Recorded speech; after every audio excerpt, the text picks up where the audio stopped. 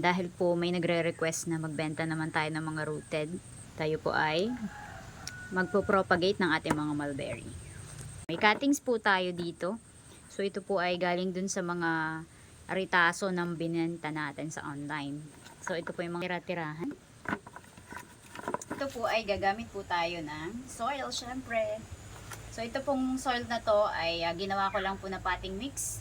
So ito po ay isang part ng chicken manure, isang part ng garden soil, and half na part ng ating mga rice hulls. Ayan, as you can see, oh.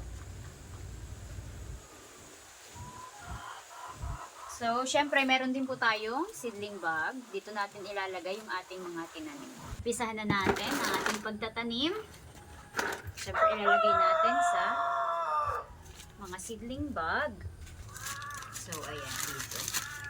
Ito yung ating ginagamit na, ano rin, sa mga mother plant natin ng mga strawberry. Ayan. So, ito gagamitin naman natin dito sa ating mga mulberry. Napakadali lang guys magtanim ng mga mulberry. Napakabilis tumubo, lalong-lalo na po ngayon, umuulan. Ayan, meron din tayo malaki para doon sa mga malalaking cuttings. Ayan.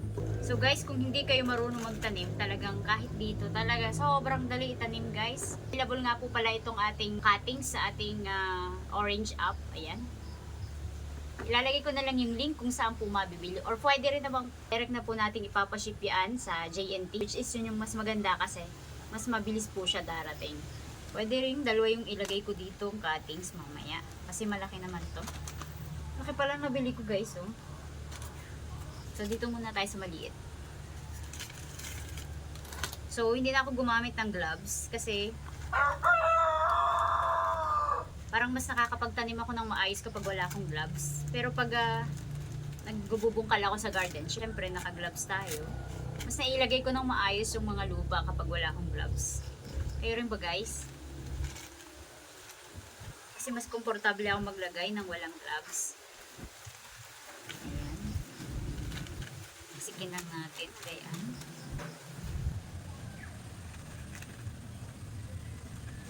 guys, huwag nyo napansin yung sugat sa akin. Ano? Kasi ito, nasugat ako last time sa pag-harvest natin ng mga honey. Napadikit po siya sa smoker. And ayan, nalapnos yung kanyang balat ngayon. Pero okay naman na ito. Ayan.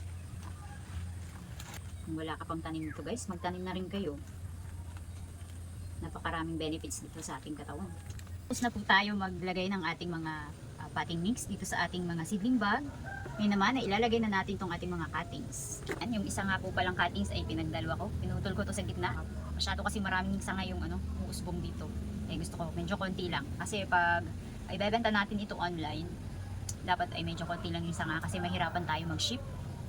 At masyado siyang tatangkad kapag mahaba yung cuttings. Ayan. Let's go! Itanim na natin. Ganito lang naman ang pagtatanim dyan. Iusok lang natin to. So make sure lang na nakatayo yung ating mga cuttings. Kasi kung nakaganyan yan, tutubo nga yan, pero mamamatay din yan. Kasi yung iba nakikita ko, nag-try sila nakaganyan. So, sa katagalan ay mamamatay din yun. So, ganito po ang tamang pagtatanim niyan. Dapat ay nasa, yung buds niya ay pataas. Kasi magkamali kayo guys. So, yan, ganyan lang yung gagawin. Lalagay lang tayo. Uusok lang natin yan dyan. Yan, dito natin ito ilagay. Since malaki yung cuttings, ay dito ko na nilagay sa malaki. Yan, dito rin eh. Ganyan lang kadali magtanim guys. Napakadali. Saka pala guys, kahit medyo maliit yung nabili ninyo or maliit yung naibigay ko sa inyo, mas maliit sa pencil cut. Pag mature na po yung sanga nun, tutubo talaga yun kahit ganito kaliit. Ayan.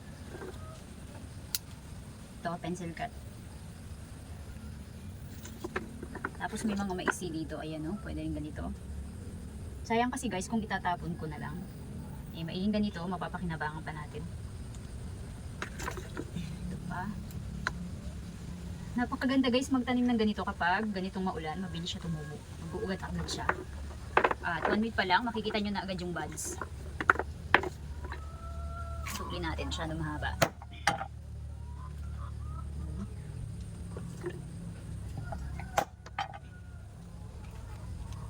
So, ayan na. So, So ito bukas natin itatanim yan. Ito na.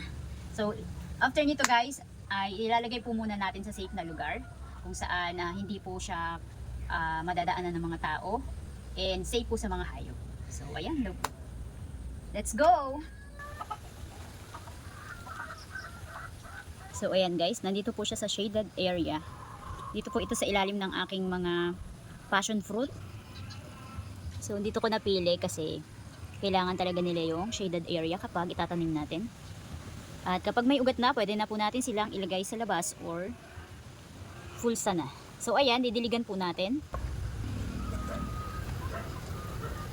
Tapos na, at after 1 week lang ay makikita na natin na lumilitaw na yung mga buds nila.